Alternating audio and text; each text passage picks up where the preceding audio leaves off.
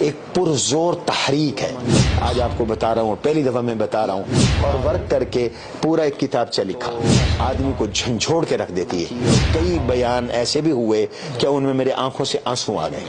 کعبہ میں غلاف کعبہ پکڑ کر اللہ سے دعا مانگی، اس کو ہم الٹا اپنے لیے استعمال کرتے ہیں، کیش کرتے ہیں. جی ہمارے پاس یتیم بچے پڑھتے ہیں، وہ ساری سہولیات اللہ کی توفیق سے ہم نے دینا شروع کیا. اور اسی طرح کا ایک ہمارا آئیڈیا وہ گرلز کے بارے میں بھی ہے. نے چند ماہ ایک عالیشان محل جامعہ کے اندر تعمیر کیا ہے، خاص کر یتیم بچوں کے لیے. آپ ان کی تمام تر سہولیات، تعلیم، رہائش، کھانا، جو ان کی بنیادی ضروریات ہیں، اب خود ذمہ لے رہے ہیں ان کے. حالانکہ یہ کام یا تو پھر حکومت کی سرپرستی میں ہوتے ہیں، یا پھر کوئی ایسی تنظیم ہوتی ہے کہ جو اچھی خاصی فنڈنگ ان کو ہو رہی ہوتی ہے. آپ تو ایک تعلیمی ادارے میں بیٹھ کے اتنا بڑا کام کر رہے ہیں، اور خاص کر اگر مدارس کے حوالے سے دیکھا جائے ایک نمایاں کام ہے اور مشترکہ کام ہے. یہ آئیڈیا کیسے آیا، آپ اس کو کیسے لے کے چل رہے ہیں، اور اس کا بنیادی مقصد کیا ہے؟ دیکھیے، میں شعبان اور رمضان میں 2005 سے دور تفسیر قرآن کریم پڑھا رہا ہوں جی. اور تقریباً 2001 سے بخاری پڑھا رہا ہوں.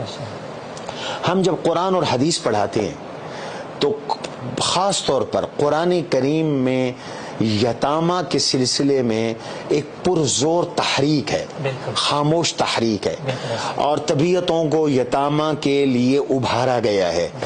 اور یتامہ کے اکرام کی تاکید کے ساتھ ان کی بے اکرامی پر قرآن نے ڈانٹ پلائی ہے. کلا بل لا تکرمون الیتیم ولا تحاضون علی طعام المسکین. میں نے اس پر ایک آرٹیکل لکھا، تقریباً 25 سے زائد آیات قرآنیہ میں نے جمع کی جن میں اللہ تعالیٰ نے یتامہ کا ذکر کیا.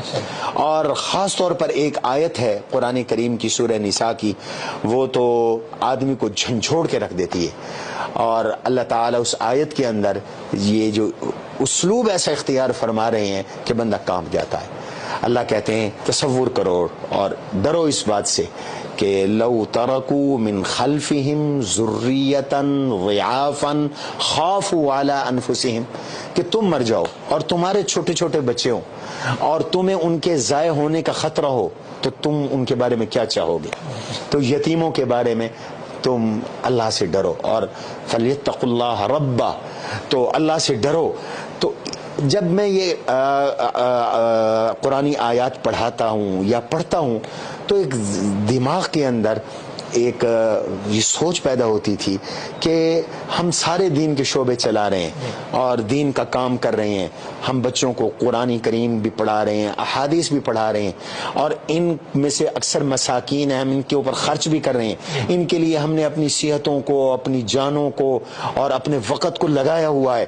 تو اگر اللہ نے ہم سے پوچھ لیا ہم نے یتامہ کے ساتھ کیا اس نے سلوک کیا، سوائے اس کے کہ 5-7 یتیم بچے، 10-12 یتیم بچے مدرسے میں ہوتے ہیں، تو بس ہم یہ کہہ لیتے ہیں کہ یہ یتیم بچہ ہے، اور اس کو ہم الٹا اپنے لیے استعمال کرتے ہیں، کیش کرتے ہیں. جی ہمارے پاس یتیم بچے پڑھتے ہیں. ہم ان یتیموں کے ساتھ کیا انفرادی حسن سلوک کرتے ہیں، یہ ہماری کمزوری ہے. تو مجھے اس کے اوپر ایک عرصے تک قلق رہا اور میں سوچتا رہا کہ کس انداز کے ساتھ ہم اس قرآنی حکم کو پورا کریں اور نبوی بشارتوں کے مستحق بنے. قرآن کہتا ہے اما الیتیم فلا تقہر، یتیم کو نہ ڈانٹو. قرآن کہتا ہے یتیم کا اکرام کرو. قرآن کہتا ہے یتیم کے مال کی حفاظت کرو. الذین یاکلون اموال الیتامی ظلما انما یاکلون فی بطونہم نارا وسیصلون سعیرا. تو الم یجد کا یتیما فآوی. تو اسی طرح حضور صلی اللہ علیہ وسلم نے فرمایا میں اور یتیم کی کفالت کرنے والا جنت میں رفیق ہوں گے، ایسے ہوں گے جیسے یہ 2 انگلیاں ہیں. تو میں بڑا سوچتا رہا. ایک سال حرم میں تھا رمضان المبارک میں، تو وہاں پر اس پر میں نے بہت غور و خوض کیا، اور میں نے حرمین میں کعبہ میں غلاف کعبہ پکڑ کر اللہ سے دعا مانگی. آج آپ کو بتا رہا ہوں، پہلی دفعہ میں بتا رہا ہوں. اور روزے اطہر پہ کھڑے ہو کر متعدد بار میں نے اللہ سے دعا مانگی کہ اللہ تعالیٰ اس سلسلے میں میرا شرح صدر فرمائے اور کوئی کام کی ترتیب بن جائے اور ہم کام کریں. تو حضرت ہوا یہ کہ وہاں سے نیت کر کے میں آیا، اور میں جب واپس آیا تو میری طبیعت کے اوپر یتامہ کے انہی حقوق کا ایک اثر تھا. تو وہ جو بھی بیانات ہوتے تھے، میری تقریریں ہوتی تھی، تو اس میں نے گفتگو کی، اور کئی بیان ایسے بھی ہوئے کہ ان میں میرے آنکھوں سے آنسو آ گئے. تو پھر اللہ نے سبب بنایا، تو ہم نے کوشش کی، تو 1 سال کے عرصے کے اندر ایک ہمارا یہ دارالایتام تیار ہو گیا. دارالایتام ایسا خوبصورت بنا کہ ہمارے جامعہ میں اور عام طور پہ مدارس میں ایسی بلڈنگیں نہیں ہوتی. عالیشان محل بنا ہوا ہے، وہ محل نما ہے، آپ نے دیکھا ہے. اور اس میں ہم نے یہ کوشش کی کہ ایک بچے کو، ایک متوسط گھرانے کے بچے کو، ایک متمول گھرانے کے بچے کو گھر میں جو سہولت مل سکتی ہے، تو ہمارا آئیڈیا یہ تھا کہ وہ سہولت ہم یتیم بچے کو یہاں دیں، تاکہ بچے کے ذہن میں یہ نہ آئے کہ میں گھر جاؤں.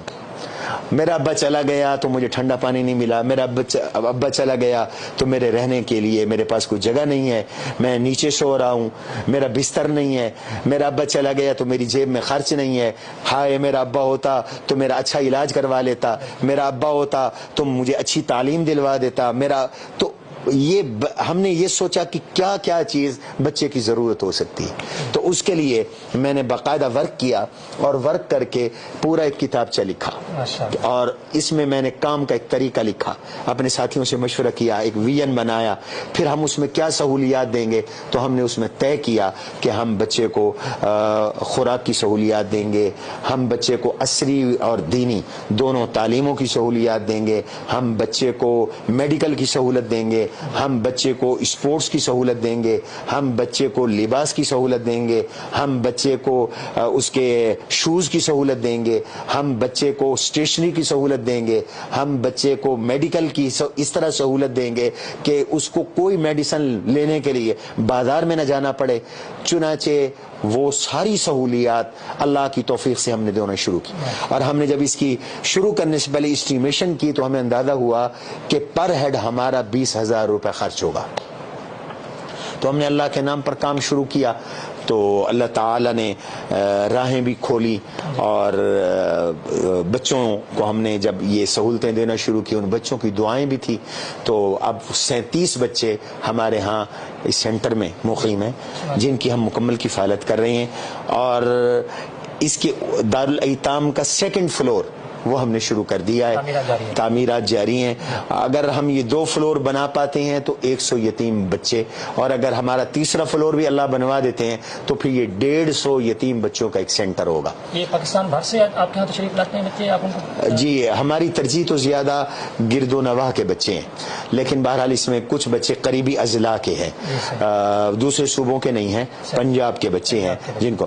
اور اسی طرح کا ایک ہمارا آئیڈیا وہ گرلز کے بارے میں بھی ہے، بنات کے بارے میں بھی ہے. انشاءاللہ وہاں بھی شروع کرنے کا ارادہ ہے. آپ دعا کریں کہ اللہ تعالیٰ توفیق نصیب کرے. اگرچہ ان شعبوں کی وجہ سے بوجھ ہو گیا ہے ادارے کے اوپر، مالی بوجھ ہوتا ہے، لیکن بہرحال میں یہ سمجھتا ہوں کہ انما ترزقون وتنصرون بضعفائکم.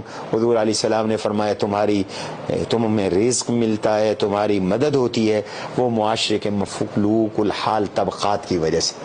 تو ہمارا ایک بیوگان کا شعبہ ہے، ان بیوگان کی، ان یتامہ کی، ان مریضوں کی، گردے فیل مریض جن کی ہم ڈائلیسس کر رہے ہیں، اور ان لوگوں کی دعائیں ہیں.